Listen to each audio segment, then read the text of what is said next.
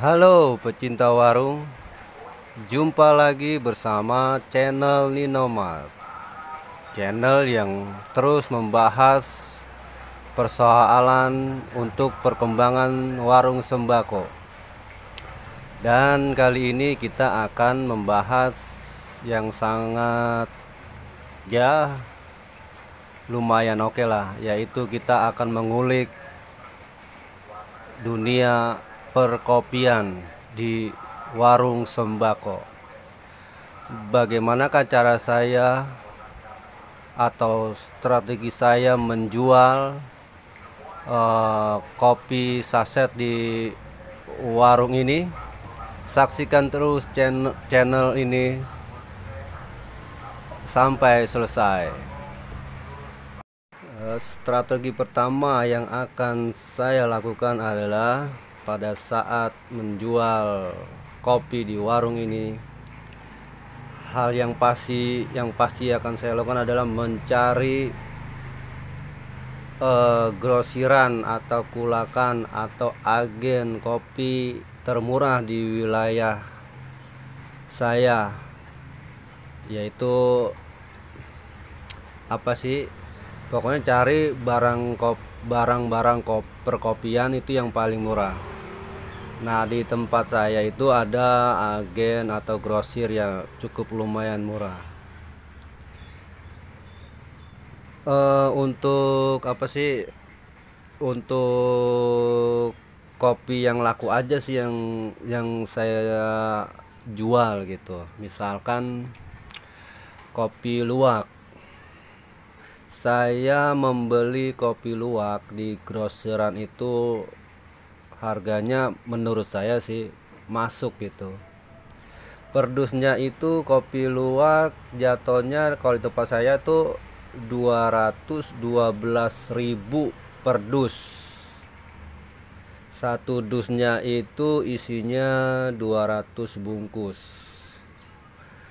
Mungkin kalau di tempat lain bisa lebih atau bisa kurang, tapi menurut saya di tempat grosiran di tempat tinggal saya di Ciledug itu harga segitu masuk. Terus ada lagi kopi mix. Kopi mix di grosiran di tempat saya ambil itu satu dusnya itu harganya 120.000 per dus. Sedusnya itu isinya 100 bungkus gitu. Itu harga terbaru ya, harga bulan-bulan Oktober. Lalu kemudian ada ABC susu, saya juga ngambil dusan. ABC susu itu harganya satu dus 131.000. Satu dus isinya 120 bungkus. Kemudian ada lagi saya juga ngambil kopi yang good day, yang banyak varian tuh, yang banyak rasa. Saya cuma ambil yang warna merah. Selebihnya saya nggak ambil karena emang kurang laku di sini. Laku sih, cuman agak lambat. Itu kopi merah good day yang warna merah itu saya ambil sedus. Sedus itu harganya 269.000 per dus. Isinya itu satu dus 250 bungkus.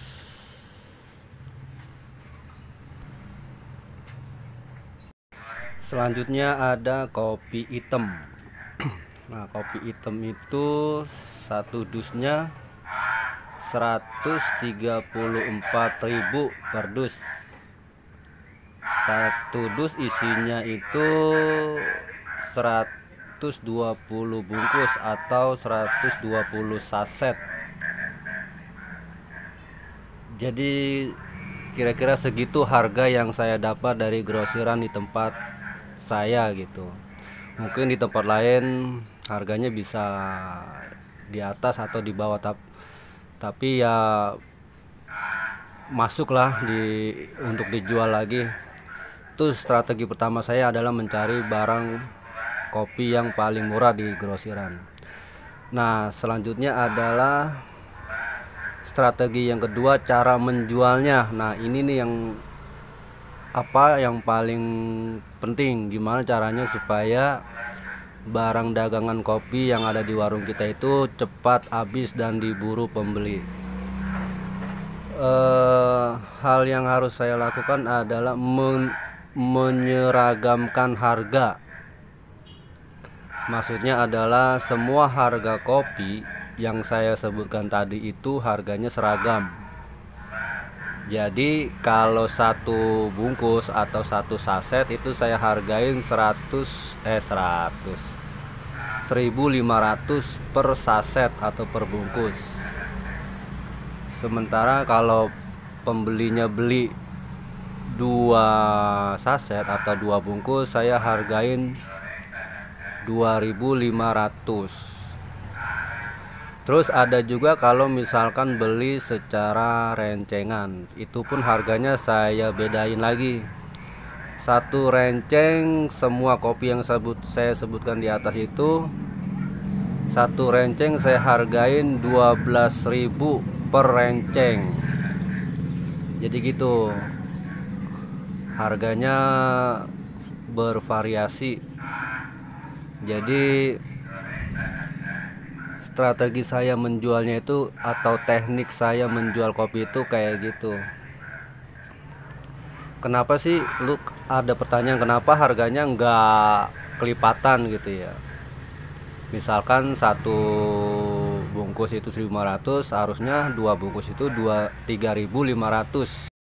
Oh maaf, bukan 3.500 per 2 bungkus, tapi 3.000 rupiah per 2 bungkus atau per 2 saset. Sementara kalau ada yang membeli secara rencengan, saya hargain 12.000 rupiah per renceng. Terus apakah itu menguntungkan? Secara kalkulasi memang untungnya tipis. Secara logika emang tipis, tapi kan secara penjualan atau volume penjualan untungnya gede. Nah, dari sekian banyak kopi yang saya sebutkan itu harga modalnya pun memang nggak seragam ya kan, tapi memang nggak terlalu jauh harganya, bedanya paling 1.000 atau 2.000, bahkan sampai dengan 3.000 setiap merek, bedanya itu aja sih. Sementara untungnya itu nggak gede sih ya, di bawah 20 ribuan gitu, ada yang 12.000, ada yang 15.000, tapi yang jelas dus itu untungnya sekitar 15 ribuan atau bahkan bisa ya pokoknya di bawah 20 ribuan per bungkus per dus untungnya dari sebuah barang dagangan yang namanya kopi.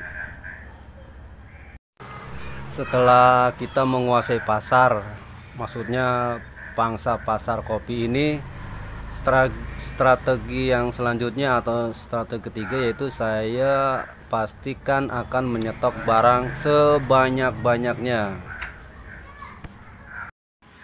Dengan modal yang pas-pasan, dengan keuangan yang tidak terlalu kuat, kita harus pintar-pintar mencari barang yang kira-kira pasti barangnya habis. Nah, salah satunya adalah kopi. Saya pun berani bertaruh bahwa semua uang yang saya dapatkan atau omset yang saya dapatkan, saya akan alihkan ke kopi. Tapi memang nggak semuanya dibagi-bagi, tapi saya pastikan kopi itu salah satu barang yang saya jadikan andalan untuk penjualan.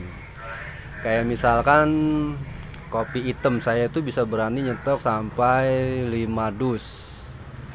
Terus kopi luwak itu saya masih bisa membeli 1 dus. Terus kopi ABC 1 dus. Nah, kalau untuk yang kayak gudai itu saya berani ngambil berapa dus tuh dia. 1 dus itu kan isinya 5 pak. Terus ada lagi kopi mix juga sama 5 pak dalam 1 dus. Saya berani ngambil itu karena menurut saya itulah penjualan yang paling laku atau paling laris. Kopi sebenarnya masih banyak kopi lainnya, tapi saya hanya mengambil serenceng atau 2 renceng saja gitu kan, untuk melengkapi aja gitu. Ada sekedar ada, tapi ada yang beli, tapi saya nggak berani ngambil banyak karena sayang duitnya, mandek di situ. Oke, demikianlah 3 strategi saya dalam menjual kopi di warung sembako. Karena terpentok sama modal yang serba pas-pasan, dan saya akan terus mencari menguatkan kembali modal dan omset warung. Mungkin yang penting intinya kita nggak kekurangan stok kopi di warung kita. Pernah sih sekali-sekali habis gitu kan, paling cuma sehari, besoknya langsung belanjain lagi yang banyak gitu. Oke, demikianlah video kali ini. Semoga pesan yang saya sampaikan bisa dipahami dan bisa diterima. Kepada pecinta warung, inilah cara warung menjual barang. Jadi setiap warung itu memang beda harganya, tapi pastikan kalau kalian yang suka belanja di warung, masih ada warung yang jual murah, masih ada warung yang berani menjual barang-barang yang murah gitu. Oke, demikian video kali ini saya akhiri. Salam sembako Indonesia.